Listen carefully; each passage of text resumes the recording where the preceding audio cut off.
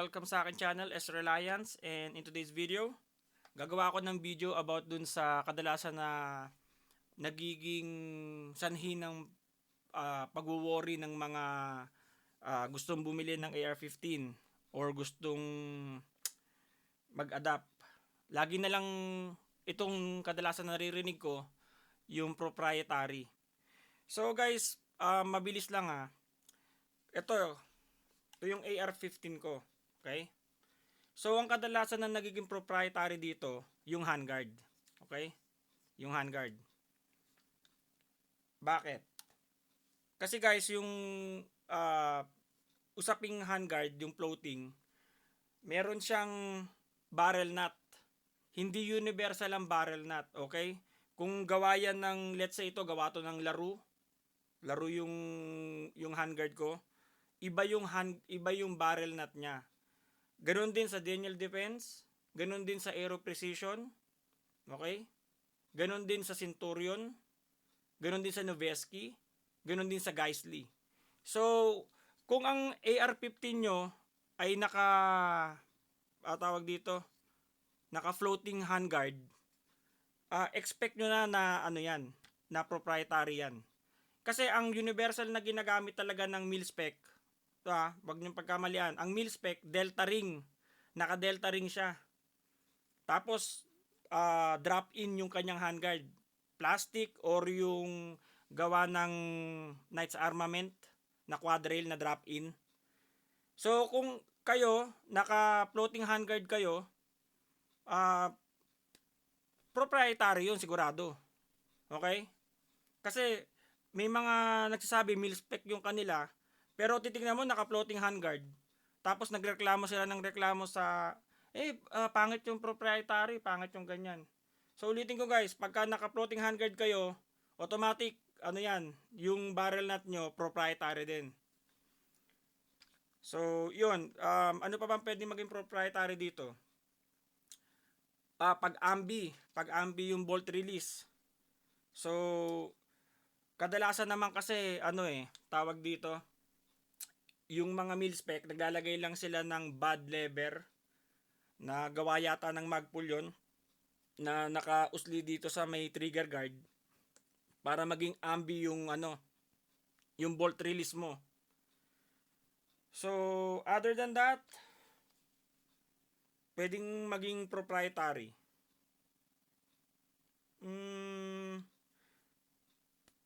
Yung upper siguro, may reason naman kasi yun eh.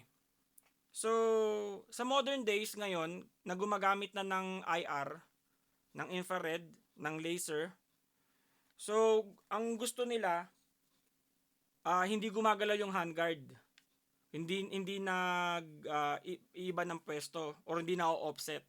Bakit? Kasi yung IR laser, sinisiro din siya dun sa sa point of aim, point of impact.